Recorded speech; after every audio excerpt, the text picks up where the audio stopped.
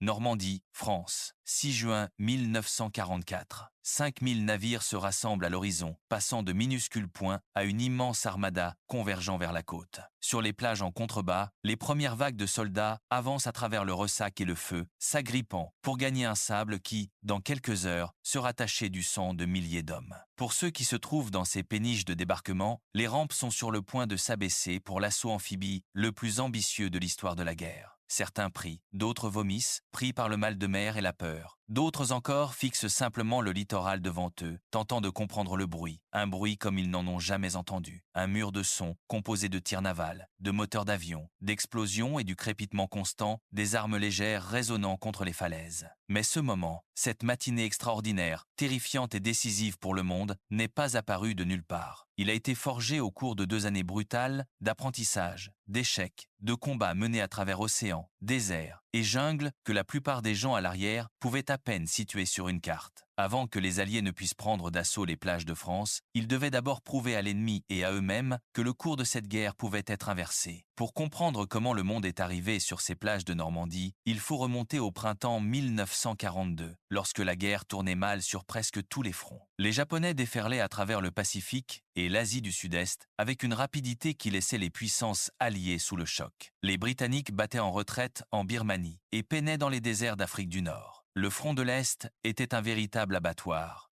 et l'idée d'une force alliée suffisamment puissante pour envahir le continent européen semblait à beaucoup relever de la pure fantaisie. Il faut remonter à une vaste étendue sans repère de l'océan Pacifique, où 2 flottes avançaient à tâtons l'une vers l'autre dans ce qui allait devenir la première bataille de porte-avions de l'histoire, revenir aux jungles de Birmanie, où une armée en retraite apprenait dans le sang des leçons qu'il lui faudrait des années pour assimiler. Retour aux sables de l'Afrique du Nord, où l'audace d'un général allemand révélait chaque faiblesse des Britanniques. Puis, en avant à travers la Sicile et jusqu'en France, où les leçons de toutes ces batailles allaient finalement converger dans la plus grande opération militaire jamais vue. Voici l'histoire de la façon dont les Alliés ont appris à combattre et comment cet apprentissage a changé le monde. La zone était immense. Au printemps 1942, la mer de Corail s'étendait entre l'Australie et les îles Salomon comme une vaste toile vierge, et les forces qui s'y traquaient ne disposaient que de moyens très limités pour se repérer. Il s'agissait essentiellement d'avions cherchant l'ennemi, puis, une fois sa position estimée, de mobiliser les ressources disponibles pour le frapper. C'était avant l'ère du GPS. Les avions estimaient les positions. La couverture nuageuse pouvait dissimuler des formations entières. Le temps se dégradait, et dans ces conditions, le commandement relevait d'un pari éclairé, et les conséquences d'une erreur étaient catastrophiques. Les forces volaient apparemment en formation concentrée sur un cap général, tâtonnant dans la brume à la recherche du moindre signe de l'ennemi. Et, dans l'une de ces étranges ironies qui caractérisent le chaos de la guerre navale,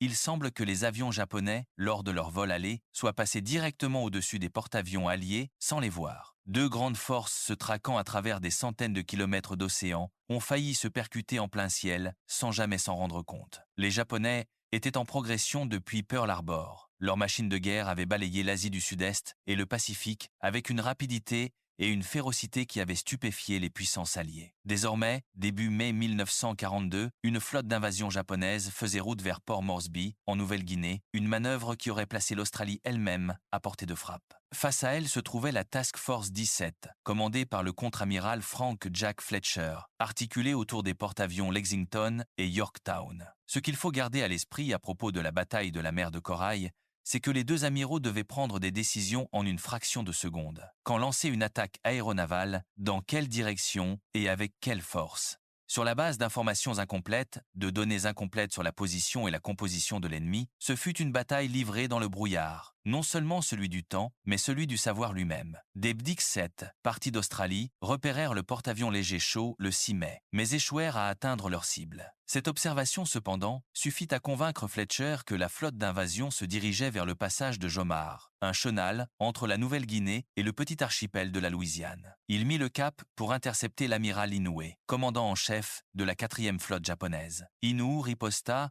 en ordonnant à la force d'invasion de s'éloigner du passage de Jomar jusqu'à ce que la force de frappe de l'amiral Takagi puisse s'occuper de Fletcher. Le 7 mai, des avions de la force de Takagi portèrent le premier coup, mettant hors de combat le pétrolier Neosho. Fletcher, de son côté, envoya alors un escadron mixte de croiseurs américains et australiens à la rencontre de la flotte d'invasion au passage un mouvement qui détourna Inoue de ce que Fletcher faisait avec ses porte-avions. Et ce que faisait Fletcher, c'était chasser. Des avions du Lexington repérèrent le porte-avions Shaw et le coulèrent en fin d'après-midi. Des avions japonais furent lancés contre les porte-avions américains, mais ne parvinrent pas à les trouver. Au retour, désorientés et à court de carburant, ils furent attaqués par la patrouille aérienne de combat de la Task Force 17 et abattus. 27 appareils japonais participèrent à cette sortie, seuls 6 rentrèrent avant minuit. La situation d'Inoue était sombre. Un porte-avions coulé, plus de 20 appareils perdus. Il fut contraint de reporter l'invasion de 2 jours, mais la phase décisive de la bataille restait à venir. Le matin du 8 mai, les 2 forces de porte-avions se repérèrent à 6 minutes d'intervalle.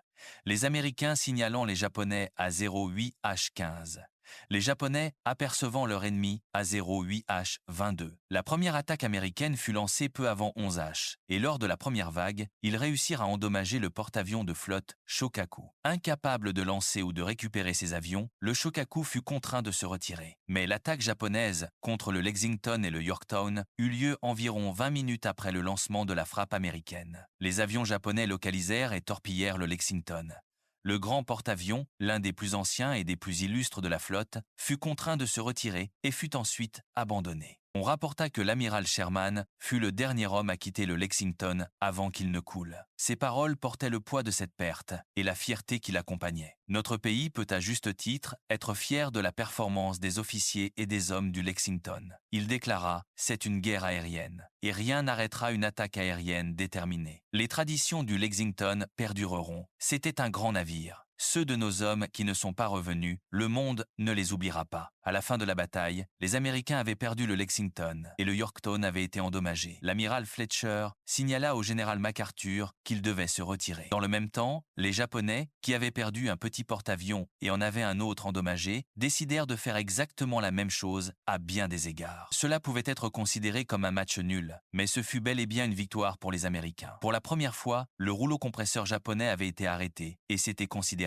Le mythe de l'inévitabilité, le sentiment que rien ne pouvait freiner l'avancée japonaise avait été entamé. Il n'était pas encore brisé. Cela viendrait plus tard à Midway, mais dans la mer de Corail, pour la première fois, la marée avait hésité. Tandis que les marines s'affrontaient dans le Pacifique, un type de guerre très différent se déroulait à des milliers de kilomètres à l'ouest, dans les jungles denses et les montagnes escarpées de la Birmanie. Le 20 janvier 1942, des troupes japonaises, entrant depuis la Thaïlande neutre puis forcées à s'allier, envahirent la Birmanie, aujourd'hui le Myanmar, qui faisait partie de l'Empire britannique et se trouvait sur la route de son joyau le plus précieux, l'Inde. L'avancée fut rapide et impitoyable. Le 20 mai, les forces britanniques avaient été repoussées au-delà de la frontière, en Inde, et les troupes nationalistes chinoises, opérant en soutien des Britanniques, s'étaient repliées de l'autre côté de leurs propres frontières. La retraite britannique fut agonisante. Elle s'effectua sur des centaines de kilomètres de terrain largement difficiles, souvent par un temps exécrable, sur des routes encombrées de hordes de réfugiés. La plupart des équipements durent être abandonnés, camions, pièces d'artillerie, ravitaillements laissés le long des pistes de jungle, tandis que l'armée affrontait non seulement les Japonais, mais aussi le terrain lui-même, les pluies de mousson et les maladies qui frappaient les hommes aussi efficacement que n'importe quelle balle. À la fin de 1942, à la veille de la campagne d'Arakan, les Japonais occupaient la majeure partie de la Birmanie. Ils continueraient à l'occuper jusqu'en août 1945 et la première offensive britannique pour la reconquérir. La campagne d'Arakan ne renverserait pas le cours de la guerre. Ce fut une bataille que les Japonais remportèrent, mais dont les Britanniques tireraient des leçons essentielles pour la victoire finale. Les rapports du front dressaient un tableau prudent. La guerre sur le front de l'Arakan se déroulait à une échelle relativement réduite et pourrait ne pas prendre de plus grandes proportions avant la fin de la mousson, mais elle n'en demeurait pas moins très importante. Le plan prévoyait que la 14e division indienne, l'unité ayant servi le plus longtemps de toute l'armée britannique pendant toute la guerre, avance dans l'Arakan, aujourd'hui l'état de Rakhine, à travers la frontière avec l'Inde. Il s'agissait principalement d'une diversion. L'attaque principale devait être un assaut amphibie sur Akkab. Mais à peine les préparatifs commencés, le plan dut être abandonné. Il n'y avait pas assez de péniches de débarquement. Tandis que les Britanniques élaboraient une nouvelle stratégie, les Japonais abandonnaient la leur. Ils avaient reçu de Tokyo l'ordre de préparer une avance en 3 axes vers l'Inde. Mais la prise en compte du terrain et de leurs ressources les amena à rejeter cet ordre. En novembre, le général Irwin, commandant des forces britanniques, avait un nouveau plan. Il avait établi un dépôt de ravitaillement à Cox's Bazar, à partir duquel la 14e division indienne devait avancer le long de la péninsule de Mayu, faiblement défendue. Ce qu'Irwin voulait faire, c'était mener une avance limitée d'environ 150 km le long de la péninsule de Mayu jusqu'à l'île d'Akyab,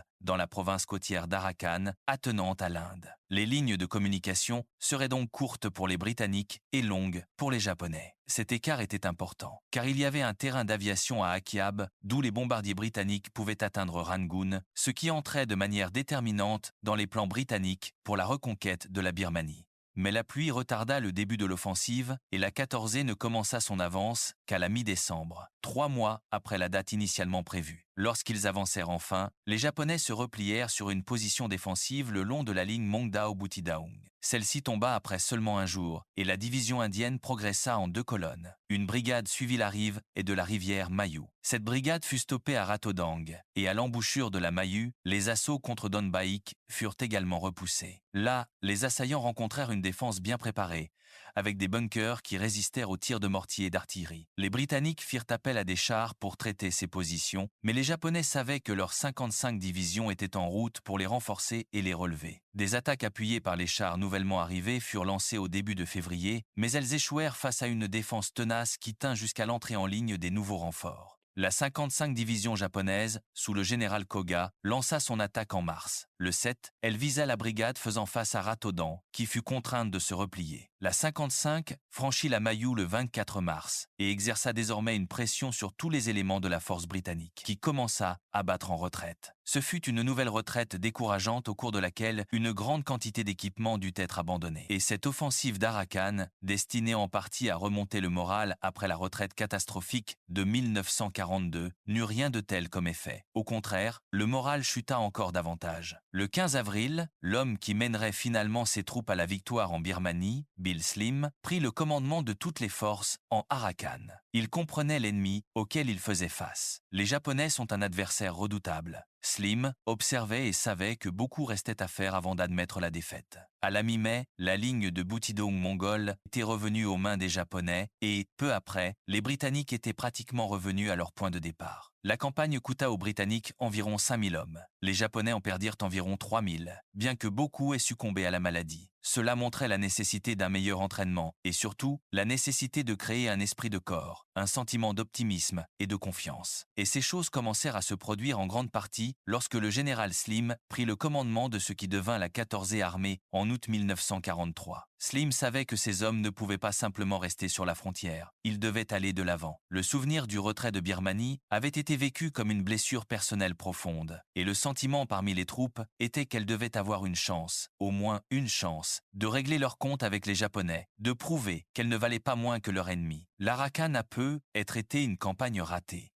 Mais la nomination de Slim et la réorganisation de l'armée qui en résulta allaient finalement inverser le cours des choses, éliminant la menace japonaise contre l'Inde et les chassant finalement de Birmanie. De l'échec, les graines de la victoire étaient semées. La question était de savoir si ces graines pousseraient à temps. Alors même que les Britanniques luttaient dans les jungles de Birmanie, une autre crise se déroulait dans les déserts d'Afrique du Nord, et bien que les immenses forces engagées sur le front de l'Est, après Barbarossa, fassent qu'il soit facile de considérer les combats en Afrique du Nord comme un simple théâtre secondaire, ce n'était absolument pas le cas. Le contrôle du littoral nord-africain signifiait le contrôle de la Méditerranée et en fin de compte du canal de Suez, du golfe Persique et du pétrole. Au début de 1942, Erwin Rommel était en mouvement. Le 19 janvier, 2 transports avaient débarqué 45 chars à Benghazi. Cela lui donnait près de 230 chars. Il faisait face à 150 chars britanniques. Mais, comme d'habitude, les blindés britanniques étaient largement dispersés. La 4e division indienne tenait Benghazi, que Rommel avait précédemment évacuée. La 7e division blindée britannique se rééquipait à Tobruk. Tandis que Rommel se repliait sur ses lignes de ravitaillement, sa capacité à se ravitailler s'améliorait. Ses forces furent renforcées et, une fois qu'il s'en sentit capable, il reprit l'offensive. Les Britanniques n'étaient pas dans une position particulièrement solide. Ils se trouvaient désormais à l'extrémité de leur propre ligne de ravitaillement. Leurs forces étaient dispersées. La position générale des forces britanniques en Afrique du Nord était assez faible. Comme le notait un rapport contemporain, la guerre du désert avait été une épreuve déchirante pour les commandants comme pour les troupes. La fin de l'histoire restait encore à écrire. Le 21 janvier, Rommel attaqua. Il disposait de 3 divisions de l'Africa Corps et de 7 divisions italiennes. Mersa Brega tomba rapidement aux mains de la 20 et une Panzer-division, tandis que la 15e Panzer, sur sa droite, balayait les Britanniques de Wadi Fara. Les 2 divisions convergèrent vers Ajdabia, qui tomba le 22, avec une partie de la 1 division blindée britannique, piégée à Antelat et perdant 70 de ses chars. Le 25, l'offensive avait pris Msus et la 1 blindée avait encore perdu des chars. Rommel se tourna alors vers Benghazi le 27 janvier et ordonna à une partie de ses forces de se diriger vers Mekili. Les forces britanniques réagirent en déployant des unités pour soutenir Mekili. Mais l'action de Rommel n'était qu'une feinte. Les Britanniques s'étaient laissés tromper, exposant Benghazi. Ce fut une véritable leçon de tromperie, le genre de tour de passe-passe tactique qui avait fait la réputation de Rommel et qui rendait désormais les Britanniques misérables. Il se déplaçait plus vite que ses adversaires ne pouvaient réfléchir, et au moment où ils comprenaient ce qui se passait, leur position était déjà compromise. À l'époque, Rommel servait, d'une certaine manière, d'excuse aux forces britanniques. Pourquoi étaient-elles vaincues? Parce qu'elles combattaient un surhomme, et non parce que leur tactique était médiocre, leur équipement inadéquat ou leur commandement insuffisant. C'était un mythe commode et dangereux, car tant que les Britanniques expliquaient leur défaite par le génie de Rommel plutôt que par leur propre faiblesse, ils ne pouvaient jamais s'attaquer aux véritables problèmes qui leur coûtaient des batailles et des vies. Benghazi tomba le 29. La 4e division indienne parvint à se dégager du piège et à participer au repli vers la ligne de Gazala, une retraite que ceux qui y prirent part surnommèrent la « course de Gazala ». Chacun pour soi, désordre. Il fallait penser par soi-même, prendre le contrôle. Désordre total. La 8e armée établit une solide position défensive sur la ligne de Gazala, où Rommel, presque à court de carburant et désormais confronté aux Britanniques en nombre, marqua une pause, mais la ligne de Gazala connaîtrait elle aussi son heure de vérité. Cette bataille restait à venir. Et lorsqu'elle éclaterait, elle serait menée par une force représentant l'extraordinaire diversité de la cause alliée, tirant sous le même joug, combattant séparément mais ensemble, Polonais, Néo-Zélandais, Australiens, Sud-Africains, Indiens, Français libres. Telle était la composition de la force présente à Gazala, une armée venue des 4 coins du monde,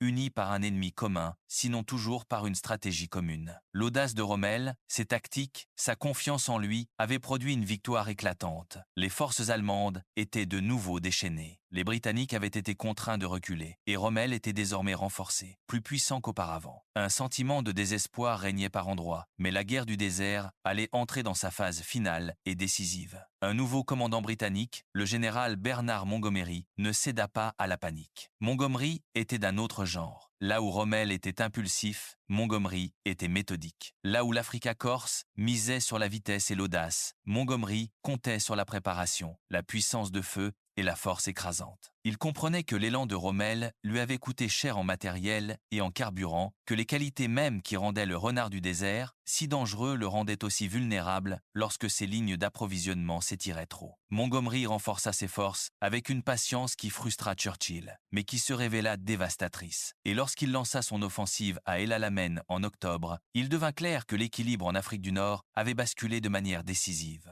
La 8e armée frappa avec le poids d'une armée qui avait tiré les leçons de chaque humiliation, de chaque retraite, de chaque échec des 2 années précédentes. Le désert, qui avait été témoin de tant d'embarras britanniques, fut désormais le théâtre du début de la fin pour l'Africa Corps.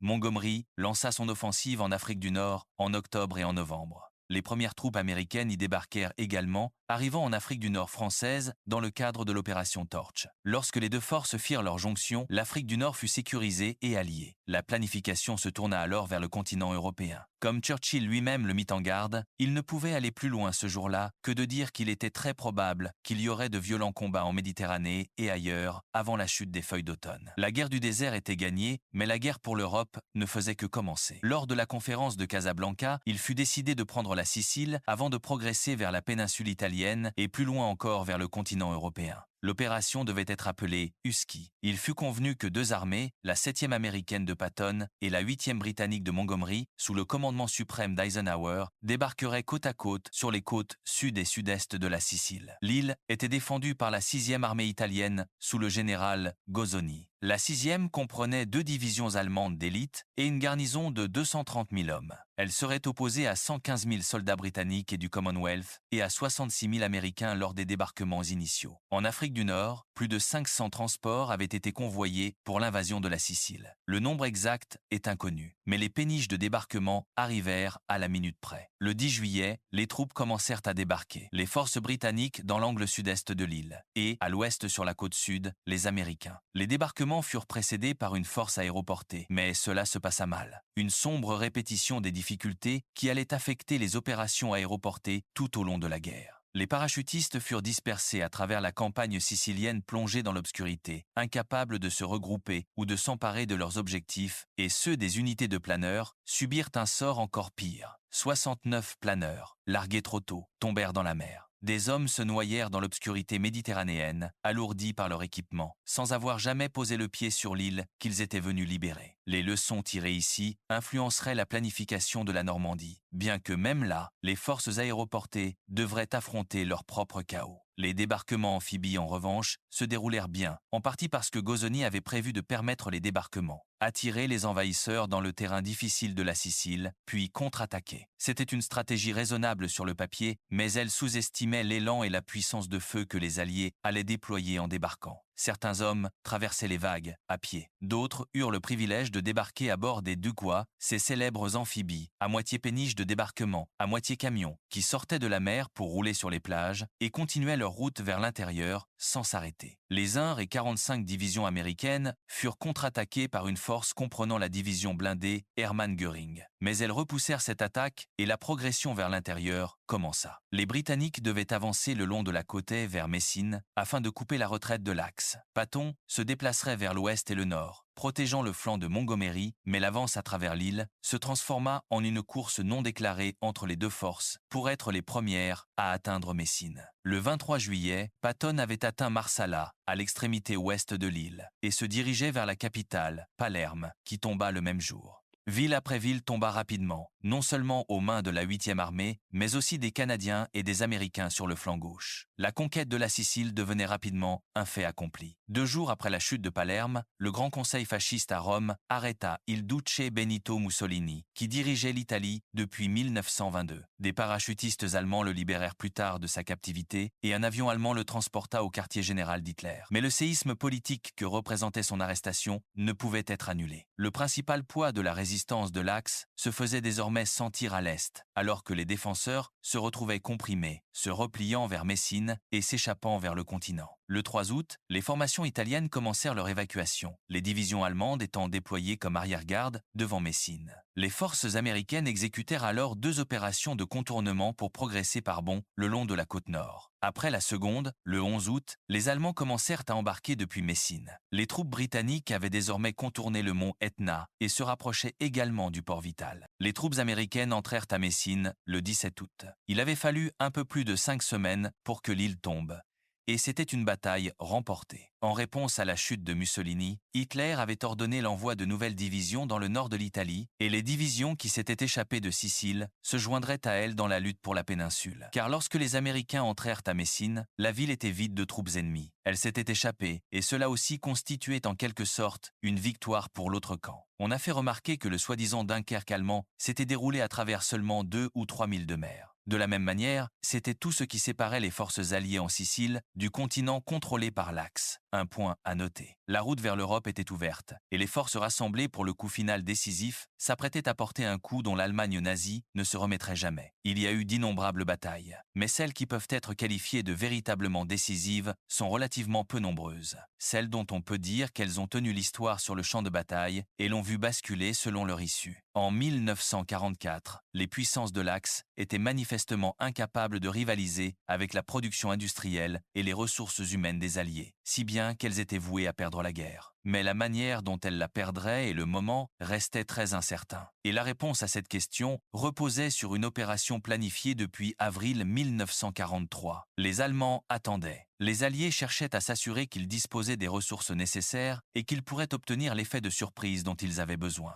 La grande question pour les deux camps était la même. Où les Alliés allaient-ils débarquer et comment les Allemands allaient-ils y faire face? Les principaux dirigeants alliés responsables de la planification et de la conduite de l'assaut général avaient accompli leur travail dans des conditions de secret extraordinaires. Ce sont ces hommes qui étaient responsables de ce que tous espéraient être le coup décisif. Leur planification impliquait des masses d'hommes et de matériel et reposait entièrement sur la tromperie. Toutes sortes de ruses furent employées pour encourager la conviction allemande que l'invasion viserait les ports de la Manche ou l'estuaire de la Somme. Pour chaque bombe larguée sur la Normandie, 3 l'étaient ailleurs. Des armées fantômes furent créées à partir de contreplaqués et de caoutchouc gonflables. Un faux trafic radio bavardait sur des fréquences que l'on savait surveillées par les Allemands. La tromperie était si élaborée, si méticuleusement entretenue, que même après le début des débarquements, Hitler resta convaincu pendant des jours que la Normandie n'était qu'une feinte. Il y avait plus d'un choix possible pour les débarquements en France. La Normandie, en réalité, n'était pas l'endroit le plus proche des ports du Royaume-Uni, mais elle présentait certains avantages. La péninsule du Cotentin était considérée comme un objectif pouvant être conquis et tenu. Il y avait le port de Cherbourg, qui pouvait potentiellement servir de grand port pour l'acheminement des ravitaillements. Toute une série de facteurs se combinaient pour en faire le meilleur choix. La plus grande partie de la région de la côte sud de l'Angleterre, sur une profondeur de 16 km, fut déclarée zone militaire. Des villages furent évacués et les formations d'assaut s'entraînèrent pour l'invasion. Il s'agissait de préparatifs rigoureux pour le grand assaut contre l'Europe, répétition après répétition, simulant les conditions auxquelles les hommes seraient confrontés sur les plages. Derrière eux, les forces de suivi étaient cantonnées, des dizaines de milliers d'hommes dans des camps de transit, attendant l'ordre qui les enverrait à travers la Manche et dans l'histoire. Les hommes qui étaient là se souvenaient des détails, avec une clarté extraordinaire, des chargements et déchargements. Et lorsque les chars commencèrent à monter à bord des navires, ce fut le moment où ils surent que cette fois, c'était pour de vrai. Il n'y avait rien de mentionné explicitement au sujet d'une invasion, mais il y avait beaucoup de navires. Un soldat se souvenait avoir été impressionné par l'efficacité de l'ensemble. On leur disait sur quelle péniche de débarquement numérotée ils devaient embarquer. Des centaines et des centaines de véhicules affluaient vers la côte. On lui dit « Vous êtes sur la péniche de débarquement 59 ». Il se souvenait « Je n'avais aucun espoir de la trouver. Mais d'une manière ou d'une autre, nous y sommes arrivés, et voilà la péniche 59. » C'était d'une efficacité tout à fait extraordinaire. Eisenhower,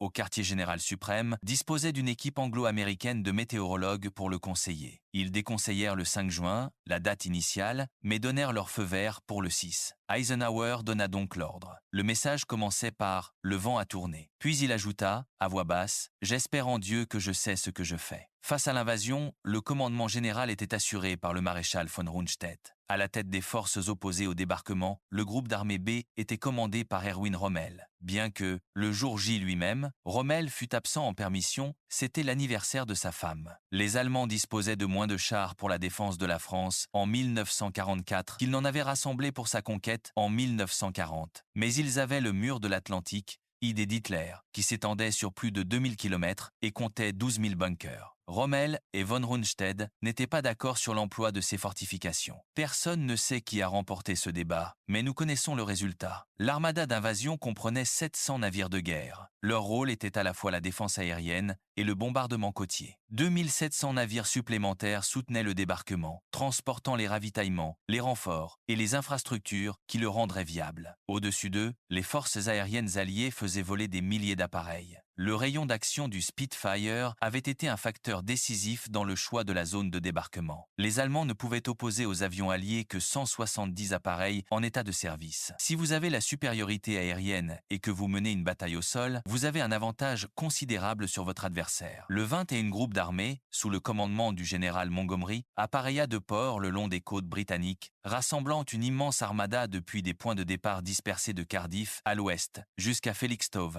à l'est. 5000 navires se regroupant pour lancer l'invasion de la Normandie. C'était un spectacle à voir à l'horizon. Tous ces navires semblables à de petits points, devenant de plus en plus grands, puis se fondant sur les plages de Normandie. Les envahisseurs débarquèrent sur une bande de plus de 90 km, composée de 5 plages le long de la côte normande. La première armée des États-Unis, sous le commandement du général Bradley, débarqua à Utah et Omaha. La deuxième armée britannique, sous le commandement du général Dempsey, débarqua à Gold, Juneau et Sword. Les 82 et 100, une division aéroportée américaine, furent larguées derrière Utah. La 6 division aéroportée britannique fut larguée derrière Sword pour protéger le flanc et exposée. Il fut estimé que, parmi les troupes aéroportées larguées dans la nuit du 6 juin, jusqu'à 75%, atterrirent au mauvais endroit et ne prirent pas part au premier combat. La leçon fut claire. Davantage d'aide à la navigation était indispensable. Les planeurs devaient atterrir à basse vitesse et un système de freinage aérien était nécessaire pour réduire leur taux de descente dans de petits champs. Les Allemands, anticipant un débarquement aéroporté, avaient inondé les champs dans lesquels les parachutistes atterrissaient. Rommel disposait de 34 divisions pour s'opposer au débarquement, mais beaucoup faisaient face dans la mauvaise direction. La plupart étaient en sous-effectif et certaines étaient des unités faibles composées exclusivement d'hommes souffrant de troubles gastriques, guère les forces idéales pour repousser la plus grande invasion de l'histoire militaire. Dès l'aube,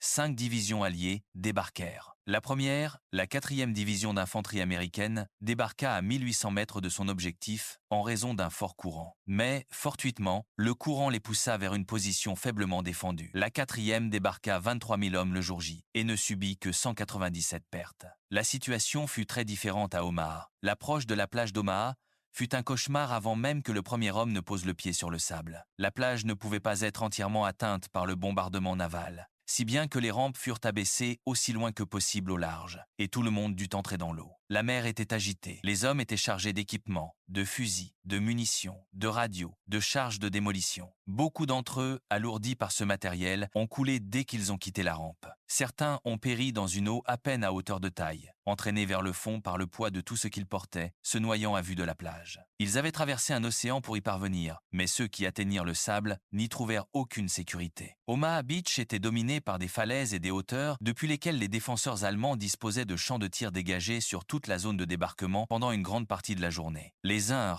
et 29 divisions américaines furent clouées au sol par un feu intense et dévastateur qui transforma la ligne d'eau en zone de mort. Les chars amphibies, les Sherman DD, censés fournir un appui blindé, avaient été mis à l'eau trop tôt dans une mer agitée et beaucoup chavirèrent et furent submergés. Ils sombrèrent sous les vagues, laissant l'infanterie sans la protection promise, seule sur une plage qui n'en offrait presque aucune. À la fin de la journée, 55 000 hommes avaient été débarqués à Omaha, mais au prix de plus de 4 600 pertes. Le sable avait été payé très cher. La 3e plage, de gauche à droite, était Gold, où débarqua la 50e division britannique, soutenue par la 8 brigade blindée. Ils arrivèrent à terre dans un paysage d'obstacles en béton et de pieux minés. Mais le bombardement naval avait fait son œuvre et la résistance, bien que farouche par endroits, fut progressivement surmontée au cours de la matinée. La 3e division canadienne débarqua à Juneau, où elle rencontra des difficultés particulières liées aux obstacles sous-marins et à la mer agitée. Les Canadiens combattirent le long d'un littoral défendu, hérissé de points d'appui, les nettoyant maison par maison, bunker par bunker, avec une ténacité qui deviendrait leur marque de fabrique dans les semaines à venir. À la tombée de la nuit, la division avait établi le contact avec la 50e britannique sur sa droite, commençant à combler les écarts entre les plages. La dernière plage était Sword,